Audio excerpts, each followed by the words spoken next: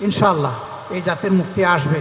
এই জাতির হয়তোবা প্রসব বেদনা বেশি দূরে নয়, হয়তো খুব নিকটে। প্রসব বেদনা খুব কষ্টের জানি, আল্লাহ যেন সেই কষ্টের জন্য আমাদেরকে তৈরিও করেন এবং সহ্য করার তৌফিকও আমাদেরকে দান। আর এরপরে যেন এই জাতির দুনিয়া আখিরাতের মুক্তিটা আল্লাহ নিশ্চিত করে দেন। আমাদের এই অবস্থার জন্য আমরাই দায়ী।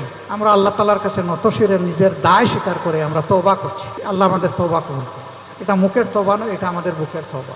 আমার জন্য বুক করে আপনারা দোয়া করবেন, অসঙ্গত কোনো কাজ যেন আমি না করি। আমার ভুলের জন্য, দুর্বলতার জন্য হয়ে যায়, আল্লাহ যেন সাথে সাথে আমাকে সংশোধনের ব্যবস্থা করেন। অন্য ভাইয়ের 10টা বড় ভুলে না ক্ষতি হবে, আমার একটা ছোটো ভুলের কারণে এর চেয়ে বড় ক্ষতি হয়ে যেতে পারে। আল্লাহ যেন আমাকে হেফাজত করে, আমার মগজকে হেফাজত করে, আমার জেহেনকে হেফাজত করে, আমার কলকে হেফাজত করে। আর বডিটা তো আল্লাহর জন্য দেওয়াই আছে, আল্লাহ যেভাবে পছন্দ করে। আপনাদের জন্য দোয়া করি, আল্লাহ তাআলা এই কাঙ্ক্ষিত বিপ্লবের এক একজন সেনাপতি হওয়ার তৌফিক আপনাদেরকে দান